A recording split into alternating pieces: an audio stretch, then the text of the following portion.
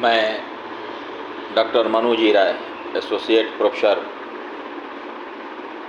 सह अध्यक्ष, हिंदी विभाग TS कॉलेज हिसुआ। आज दिनांक 24 अगस्त 2023 को स्नातक प्रथम खंड हिंदी रचना के विद्यार्थियों को कर्ता के ने चिन्ह के बारे में बताने जा रहा हूँ। कर्ता के ने चिन्ह का प्रयोग अत्यंत सावधानी के साथ करना चाहिए। व्याकरण में इसके संबंध में पर्याप्त निर्देश उपलब्ध हैं। ध्यातव्य है कि वाक्य शुद्धि, शब्द शुद्धि के साथ ही कारक भी, पर्यायवाची शब्द भी, मुहावरे भी हिंदी रचना के सिलेबस में विद्यार्थियों के लिए पठनीय है। तो विषय हमारा है कर्ता के ने चिन्ह का प्रयोग। स्पष्ट है कि काल 3 होते हैं: वर्तमान काल, भूतकाल और भविष्यकाल। भविष्यत्काल, वर्तमान काल और भविष्यत्काल में कभी भी कर्ता के ने चिन्ह का प्रयोग वर्जित है। अर्थात समस्या की दृष्टि से देखा जाए तो 66% से अधिक समस्या का समाधान हो जाता है कि कर्ता के ने चिन्ह का प्रयोग न तो वर्तमान काल में होगा और न भविष्यत काल में होगा। अब शेष रह गया भूतकाल। भूतकाल में भी यदि क्रिया अकर्मक है तो प्रायः कर्ता के ने चिन्ह का प्रयोग नहीं होगा। यदि क्रिया सकर्मक है तो कर्ता के ने चिन्ह का प्रयोग होगा, लेकिन उसमें भी अपूर्ण भूत को छोड़ करके प्रायः से सभी भूतकालीन क्रियाओं में कर्ता के ने चिन्ह का प्रयोग होगा। अर्थात भूतकाल में 6 भेद निर्धारित किए गए हैं: आसन्न भूत, संदिग्ध भूत, पूर्ण भूत, हेतु हेतु मद्भूत। तो आसन्न भूत, तो ये 5 जो हैं, ये पांचों के लिए एक संक्षिप्त रूप याद रखना चाहिए। वह है हे, आ, सा, संपु। हे यानी हेतु हेतु मद्भूत, आ यानी आसन्न भूत, संग यानी सा यानी सामान्य भूत, संग यानी संदिग्ध भूत, पू यानी पूर्ण भूत। तो हे आसा संपु यदि विद्यार्थी कंठस्थ रखें तो कर्ता के ने चिन्ह का प्रयोग कठिन नहीं है। लेकिन इसमें भी यह ध्यान देने की बात है कि प्रायः प्रयोग होता है। कहीं कहीं क्रिया सकर्मक है लेकिन कर्ता के ने चिन्ह का प्रयोग नहीं होगा। जैसे मैंने बोला था, मैंने कहा था। 2 वाक्य हैं, देखने में दोनों में कोई अंतर नहीं है, लेकिन मैंने बोला था व्याकरणिक दृष्टि से अशुद्ध है। क्रिया भूतकाल की है लेकिन और अपूर्ण भूत को छोड़ करके है, लेकिन इसमें कर्ता के ने चिन्ह का प्रयोग नहीं होगा। जबकि मैंने कहा था में कर्ता के ने चिन्ह का प्रयोग उपयुक्त है और होना चाहिए, यह शुद्ध रूप है। तो मेरे कहने का मतलब कि मैंने खाया था, मैंने खाया है, मैंने खाया होगा। यदि मैंने खाया होता तो भूख नहीं लगती, मैंने खा लिया है। संदिग्ध भूत के रूप में मैंने खाया होगा, यानी स्मरण नहीं है कि मैंने खाया था या नहीं खाया था। तो जो कर्ता के नेशन का प्रयोग है वह मात्र 5 सकर्मक भूतकालीन क्रियाओं में प्रायः होता है। अब जैसे जाना अकर्मक क्रिया है, तो कोई भी यदि प्रयोग करता है कि मैंने गया था, मैंने गाया होगा, यह यदि मैंने गया होता तो वहां पहुंच जाता, ये सभी वाक्य अशुद्ध हैं। इसलिए कि जो आधार मूल रूप से है वह आधार है क्रिया का सकर्मक होना। जाना क्रिया अकर्मक है, इसलिए उसके साथ कर्ता के नेचन का प्रयोग वर्जित है। लेकिन कहीं कहीं कुछ अकर्मक क्रियाओं में भी कर्ता के नेचन का प्रयोग उपयुक्त माना गया है, शुद्ध माना गया है।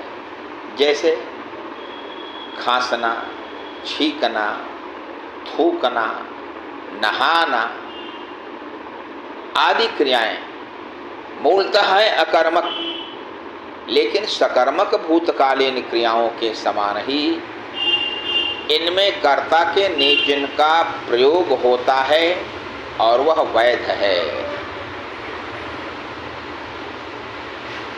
हम यदि ध्यान दें तो एक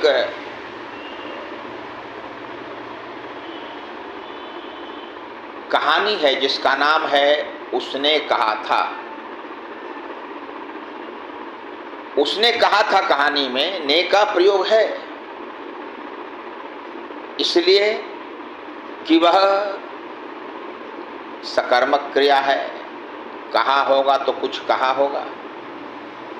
बोलना अकर्मक है ऐसा नहीं है, कुछ बोला होगा, लेकिन बोलना अपवाद स्वरूप है जिसमें कर्ता के नेचन का प्रयोग नहीं होता है। जिस प्रकार से छींकना, खांसना, थूकना, नहाना इत्यादि जो क्रियाएं हैं वे हैं तो अकर्मक, लेकिन उनमें कर्ता के नेचन का प्रयोग होता है। अब उदाहरण के रूप में देखा जाए तो कहना के साथ ने का प्रयोग होता है, तो उसने कहा था, उसने कहा है, उसने कहा होगा, उसने कहा होता तो मैं बात मान जाता, उसने कहा था। ये जो उदाहरण हैं वे कर्ता के नेचन के प्रयोग के उपयुक्त उदाहरण हैं। इसलिए विद्यार्थी जो मैंने बताया है कि हे आ सा संपु को याद रखें, वह सूत्र याद रखें। पांचों भूतों का उसमें संक्षिप्त रूप में नाम रख दिया गया है। हे यानी हेतु हेतुमत भूत, आ यानी आसन्न भूत, सा यानी सामान्य भूत, संग यानी संदिग्ध भूत, पू यानी पूर्ण भूत। अब इसको दूसरे रूप में भी स्मृत किया जा सकता है कि अपूर्ण भूत को छोड़कर से सभी भूत सकर्मक भूतकालीन क्रियाओं में कर्ता के ने चिन्ह का प्रयोग होता है। अब इसको विस्तृत रूप में देखा जाए तो कर्ता के ने चिन्ह के प्रयोग के लिए कुछ शर्तें हैं। पहली शर्त, क्रिया भूतकालीन होनी चाहिए। दूसरी शर्त, क्रिया सकर्मक होनी चाहिए। तीसरी शर्त, क्रिया अपूर्ण भूत को छोड़ करके से सभी भूतकालीन क्रियाओं की होनी चाहिए। ये जो तीन शर्तें हैं वही कर्ता के ने चिन्ह की समस्या का 95% से अधिक समाधान कर देती है। अपवाद बहुत नहीं है। अकर्मक क्रिया के साथ भी कर्ता के ने चिन्ह का प्रयोग होता है, लेकिन वैसी क्रियाएं 10 से कम ही हैं और बहुत कम ही क्रियाएं हैं जो सकर्मक होने के बाद भी कर्ता के ने चिन्ह के साथ प्रयुक्त नहीं होती। इसलिए मैं विद्यार्थियों से बार बार कहना चाहता हूं कि कर्ता के ने चिन्ह का प्रयोग संभल कर करें, उपयुक्त रूप में करें और इसके प्रयोग में हड़बड़ी नहीं दिखाएं, जल्दबाजी नहीं करें। इसलिए कि अशुद्ध वाचन से अशुद्ध लेखन की संभावना बढ़ती है। यदि हम अशुद्ध बोलेंगे, जिस प्रकार से कुछ नगरों में रहने वाले लोग मेरे को जाना है, मेरे को खाना है जैसे अशुद्ध वाक्यों का प्रयोग करते हैं, वैसे लोगों से ही कर्ता के ने चिन्ह का अनुचित प्रयोग हो जाता है। इसलिए कर्ता के ने चिन्ह का प्रयोग बहुत सीमित क्षेत्र में है, 3 शर्तों के आधार पर है और उन 3 शर्तों के आधार पर करीब 95% से अधिक प्रयोग अपवाद रहित रूप में संभव हो जाते हैं। पहली शर्त, क्रिया भूतकालीन हो अर्थात भविष्यत काल की क्रिया या वर्तमान काल की क्रिया में कर्ता के ने चिन्ह का प्रयोग नहीं होगा, किसी परिस्थिति में नहीं होगा, सकर्मक क्रिया रहने पर भी नहीं होगा।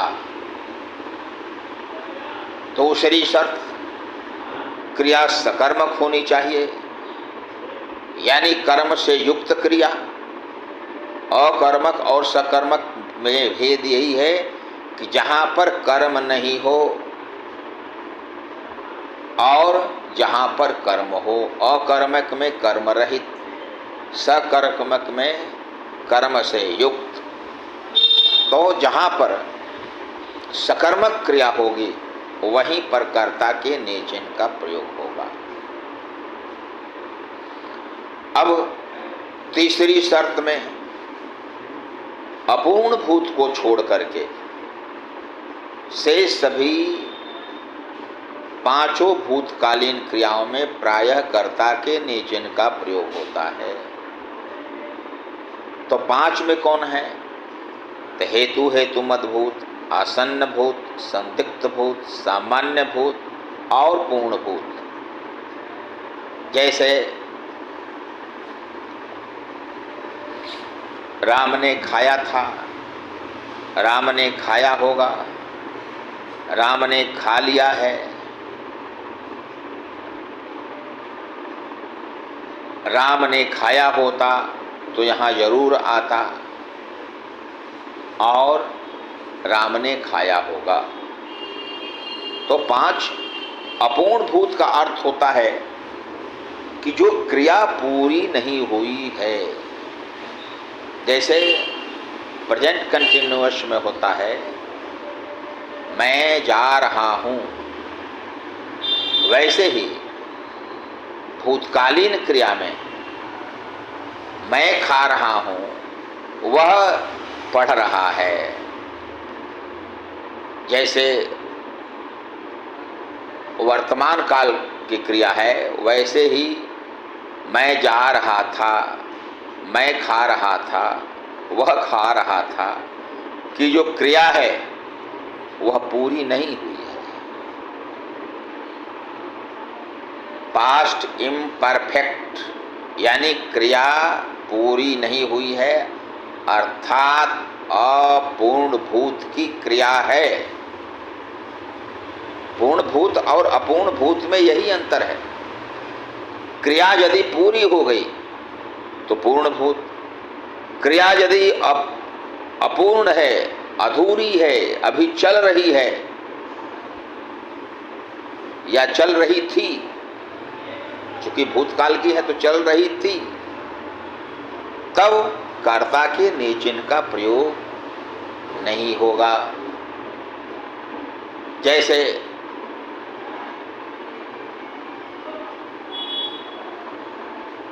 वह खा रहा था, उसने खाया है में तो होगा, उसने खाया होगा में होगा, उसने खा लिया है में होगा, उसने खाया होगा में भी होगा। और यदि उसने खाया होता तो यह कार्य हो जाता तो उसमें भी होगा, लेकिन वह खा रहा था, पास्ट इम्परफेक्ट है, अपूर्ण है, पूरी नहीं हुई है। परफेक्ट यानी पूर्ण होना। तो परफेक्ट में चूंकि वह क्रिया पूरी नहीं हुई है, इसलिए कर्ता के नेचन का प्रयोग उसमें नहीं होगा, अपूर्ण भूत को छोड़ करके। से सभी सकर्मक भूतकालीन क्रियाओं में कर्ता के नेचन का प्रयोग होता है प्रायः। यदि इस पूरे विवेचन को एक वाक्य में प्रयुक्त करना है तो यह कहा जा सकता है कि अपूर्ण भूत को छोड़ करके से सभी सकर्मक भूतकालीन क्रियाओं में प्रायः कर्ता के नेचन का प्रयोग होता है। विद्यार्थी ऐसे तथ्य को हृदयंगम कर लें। आपके पाठ्यक्रम का यह ऐसा विषय है जो परीक्षाओं में पूछा जाता है। उत्तर इसका लंबा नहीं है, संक्षिप्त उत्तर ही है। आप सूत्र रूप में यदि प्रयोग कर दें कि अपूर्ण भूत को छोड़ करके प्रायः सभी सकर्मक भूतकालीन क्रियाओं में कर्ता के नेचिन का प्रयोग होता है, तो यह लक्षण के रूप में सही है। उदाहरण के रूप में आप दे सकते हैं। जैसे उसने पाया होगा, उसने पाया था, उसने पा लिया है, उसने पा लिया था इत्यादि में, जो कि अपूर्ण भूत को छोड़ करके वह क्रिया सकर्मक है, इसलिए कर्ता के नेचन का प्रयोग होगा उसमें। लेकिन कतिपय जो बताए गए हैं, जैसे छींकना, खांसना, थूकना, नहाना, ऐसे शब्द प्रायः अशुद्ध रूप में प्रयुक्त हो जाते हैं। उन्हें अकर्मक समझ करके ने का प्रयोग नहीं करते हैं लोग, वह गलत है। इन अकर्मक भूतकालीन क्रियाओं में भी कर्ता के ने चिन्ह का प्रयोग होगा, लेकिन वही शर्त है कि इसमें भी अपूर्ण भूत में नहीं होगा। तो मैं विद्यार्थियों से बार बार यह कहना चाहता हूं कि आप बोलते समय इस पर जरूर ध्यान दें कि यदि क्रिया भूतकाल की है, सकर्मक है और अपूर्ण भूत को छोड़ करके है, तभी हम कर्ता के निचिन का प्रयोग करें और यही हमारे लिए उचित होगा।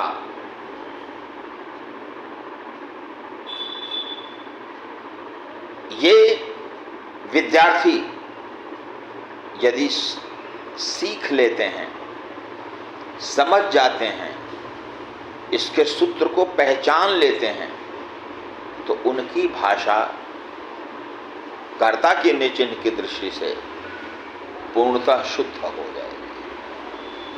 और जैसा मैंने पहले भी कहा है, इसके लिए अपेक्षित है कि आप उसके सूत्र रूप को जरूर जानें। हे आ सा सम पू। हे यानी हेतु हेतु मदभूत, आ यानी आसन्न भूत, सा यानी सामान्य भूत, संग यानी संदिग्ध भूत, पू यानी पूर्ण भूत। हे आशा संपू। विद्यार्थी इसे कंठस्थ कर लें। मात्र 5 वर्ण हैं प्रयुक्त, ज्यादा लंबा सूत्र है भी नहीं। आप a प्लस बी का होल स्क्वायर याद करते हैं, a square plus 2ab plus b square, उससे तो यह कम है।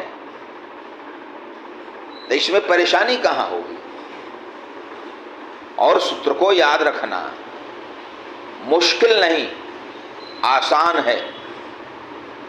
यदि वह सूत्र छोटा है तो कर्ता के निचिन के प्रयोग के लिए, उपयुक्त प्रयोग के लिए जो मैंने बताया सूत्र हे आशा संपू, वह छोटा सूत्र है और इसका प्रयोग आप कर सकते हैं तो भाषा आपकी शुद्ध होगी।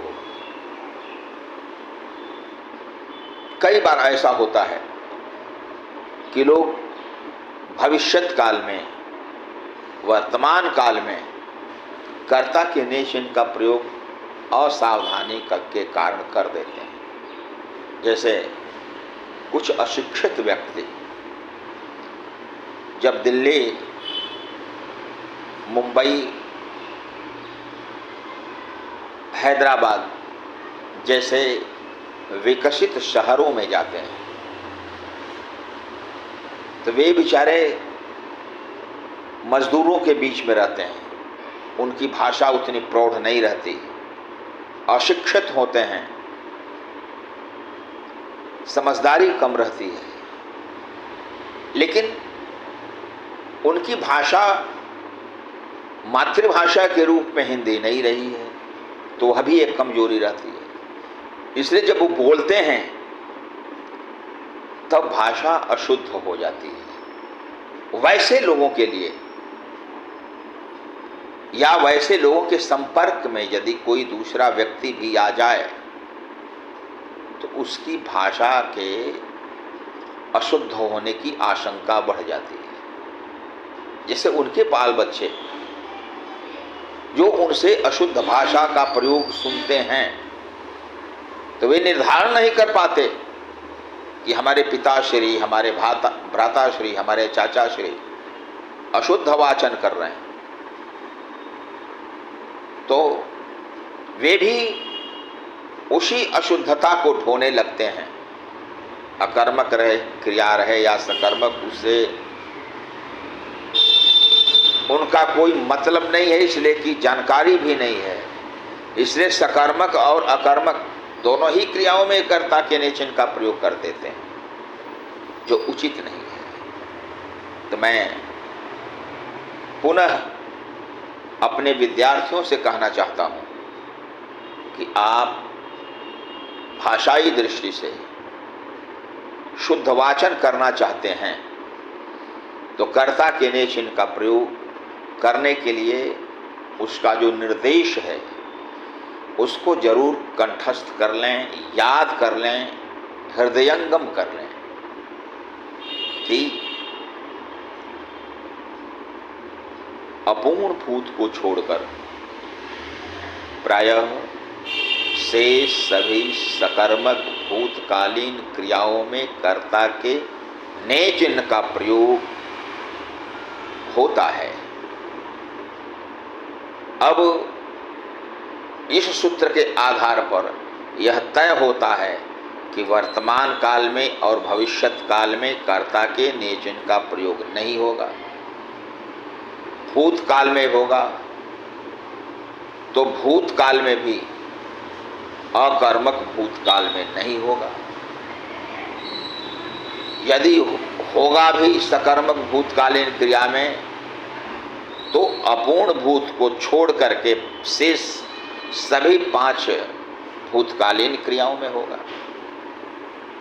इस दृष्टि से यदि विद्यार्थी प्रयोग करें तो अपवाद रहित जो शुद्ध प्रयोग है उनके द्वारा संभव है। अपवाद में बस बोलना है, जो सकर्मक होकर के भी कर्ता के ने चिन्ह के साथ प्रयुक्त नहीं होगा या उस क्रिया में कर्ता के ने चिन्ह का नहीं प्रयोग होगा और शेष बोल, छींकना, थूकना, खांसना, खखारना, नहाना इत्यादि अपूर्ण भूत हैं, फिर भी इन क्रियाओं में कर्ता के ने चिन्ह का प्रयोग होगा और यह उचित है। इसलिए मैं पुनः विद्यार्थियों से कहना चाहता हूँ कि आप कर्ता के ने चिन्ह के प्रयोग के लिए जो आवश्यक शर्तें हैं उनको याद रखें। पहली शर्त कि क्रिया भूतकालीन होनी चाहिए, दूसरी शर्त क्रिया सकर्मक भूतकालीन होनी चाहिए, तीसरी शर्त कि क्रिया अपूर्ण भूत को छोड़ करके से सभी 5 भूतों से संबद्ध होनी चाहिए। इसके अतिरिक्त बोलना सकर्मक क्रिया के साथ ने का प्रयोग नहीं होगा। खांसना, थूकना, खखारना, छींकना, नहाना जैसी अकर्मक क्रियाओं में भी कर्ता के ने चिन्ह का प्रयोग वैध है, उचित है। इसलिए विद्यार्थियों को मैं धन्यवाद देते हुए कहना चाहता हूँ कि आज पीएससी की परीक्षा शिक्षकों के चयन के लिए हो रही है। इसके चलते कोरोना काल जैसा घर से ही अध्यापन हो रहा है। कल तक घर से ही अध्यापन होगा। कल के बाद पुनः जैसा निर्देश होगा वैसा अनुपालन किया जाएगा, वर्ग संचालन होगा। धन्यवाद।